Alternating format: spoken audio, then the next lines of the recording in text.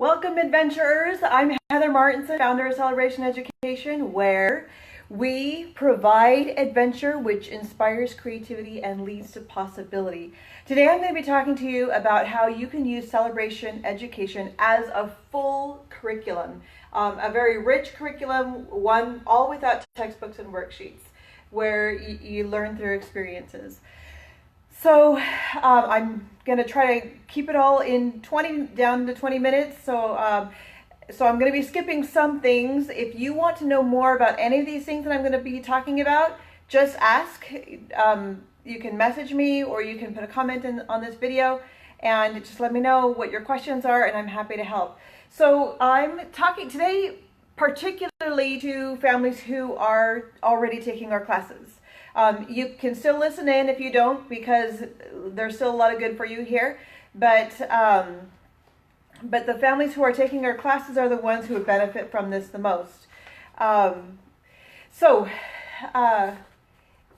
If you haven't already seen this page on our website, the Journey program talks about how we integrate all the different school subjects into what we do. So this is what I'm going to use as our main reference sheet. So we start off with, every year we have a theme that lasts our whole year, and that's our starting point right here, was a theme. Our theme for this year, most of you already know if you're taking our classes obviously, our theme for this year is heroes. And throughout this year we are going through the hero's journey. We're exploring the hero's journey in these 5 classic works. And we already finished the Odyssey, and right now we're on a Christmas Carol, and we'll be doing that until Christmas time. In January we're starting up with Alice in Wonderland, and then after that is Phantom Tollbooth, and we're finishing the year with Star Wars: A New Hope. So each week we have a different topic that we introduce to the students.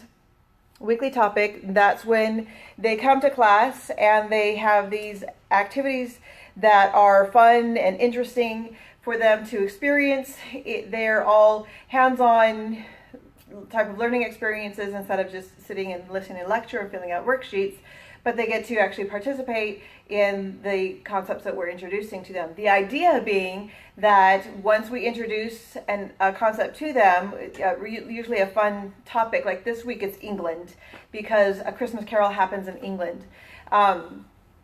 Once we introduce the topic to them, they know a little bit about it and they've had some fun with it, they're going to want to do more with that topic, and they're going to want to explore it on their own as well. From class, we have books on hand that relate to the topic. So the students can take books home from class right with them.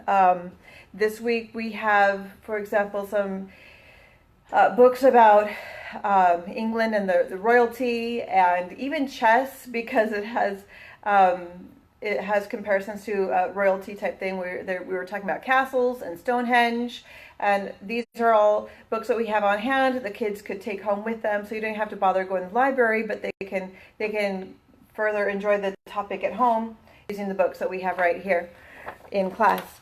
After that, we have what we call fireworks. And that is a list of ideas of things that you can do at home with your children for them to, again, further explore the topic of the week. Now, it doesn't have to be, nothing is an assignment. The children don't have to do what their suggestions are, but a lot of times they're things that they want to do. They're fun little projects that they can do. I don't have this week's fireworks on hand, but here's one from here's a fireworks list from last year, actually, when we were doing Leonardo da Vinci. So for an example, it says, notice art in everyday life. How much art is there in the things you see and use every day, and write about it in your notebook. So there's a little bit of research for the art and also some writing experience. Write your own critique of a piece of art, kind of obvious. Discuss with your family and friends, what is art? Talk about a metaphor. A lot of pictures are metaphors, and so you can discuss that and write about it. Make up your own story or poem about a picture that you observe. Of course, there's always playing games that relate to the week's topic.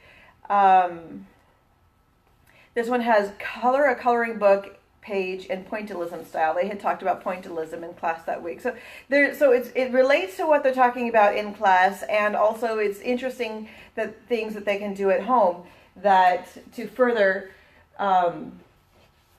what they're learning about. Also, I wanted to point out these also cover all the school subjects. A lot of times it's heavy in the arts and writing, but also there'll be some math sprinkled in. I don't see any right now, but I can imagine something about how the value of a piece of art, how it changes over the years, this type of thing. So they can do all their school subjects within those fireworks. A lot of times families want to do more than what's in the fireworks, and that's fine. But before we get to that, we have the being there experiences, which is getting outside the classroom or the home to experience something. We have educational meetups at Disneyland. We have field trips that we sponsor, a couple of them each week.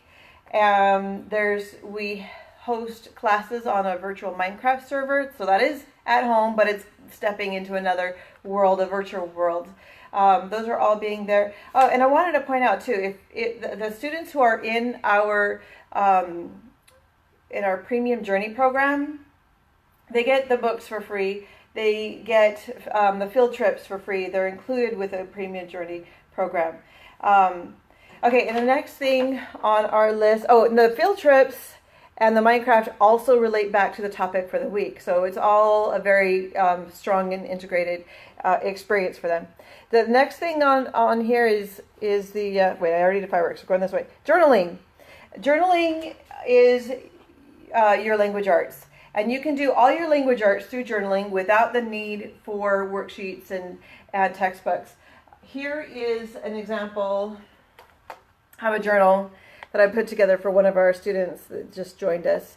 It has the outline on the front. We have our schedule for the year here, place for pencils, and then a blank journal for pages for writing, for drawing, for collecting stuff that they're doing throughout the year. We also have an easy reference language arts lesson. So if a student is struggling with something like contractions, capitalization, it's all in this quick reference guide in the journal. Because we want to encourage a habit of journaling, we also provide a list of journal prompts that the kids can do, and they don't even relate to the topic. They're just, usually I'll put it in a container, cut it out and put them all in a container like this, and you just pull one out at random and answer the question that's on there, such as my parents are good at, or the best birthday I ever had was, I guess it's not a question, but just prompts of things that they can write about, particularly about themselves. So that, and I like it when the children not just write in their journals, but draw as well. This is an example of one of my own journals, my nature journal. This is from when I found a little baby bird one time. This is some potted plants we had in our front porch. But I put poetry, I drew pictures, and I described what I was looking at. And so it was a really good experience for me. My kids got into it a little, but not near as much as I did. I had fun. Or a little more writing. This journal I use for field trips, and we would go on field trips and I would write about it. I also just put my thoughts about life in general, but talked about what we're doing and books that I read and took notes in. But I would, whenever possible, I'd try to remember to stick stuff in here because it just makes it more interesting later on when I'm going back over. This is from, we took a field trip and of a movie theater back when they actually used these for movies. Anyway, So I like the journaling to be an experience where they're involved and making it an expression and more interesting than just I gotta write this thing because the teacher said or because mom said I gotta write this thing. But it should be something where they have the opportunity to express themselves and put themselves into the journal and make it something that they enjoy. Okay, so next after journaling comes math. Math, I got to tell you, math was the very last thing that I gave up as far as curriculum-wise. It's the only curriculum I ever used with my kids. I never bought curriculum for anything else. But math, I would have a textbook for them. We did Saxon. But as the years passed, I found more and more how little I actually needed the textbooks and that we went completely organic with our math learning as well. So I want to show you some of the tools that you can use. And also if you're in the specialty program, you can take any of these math things home with you, so for you to experience at home. One of my favorite math literature series is this Math Start.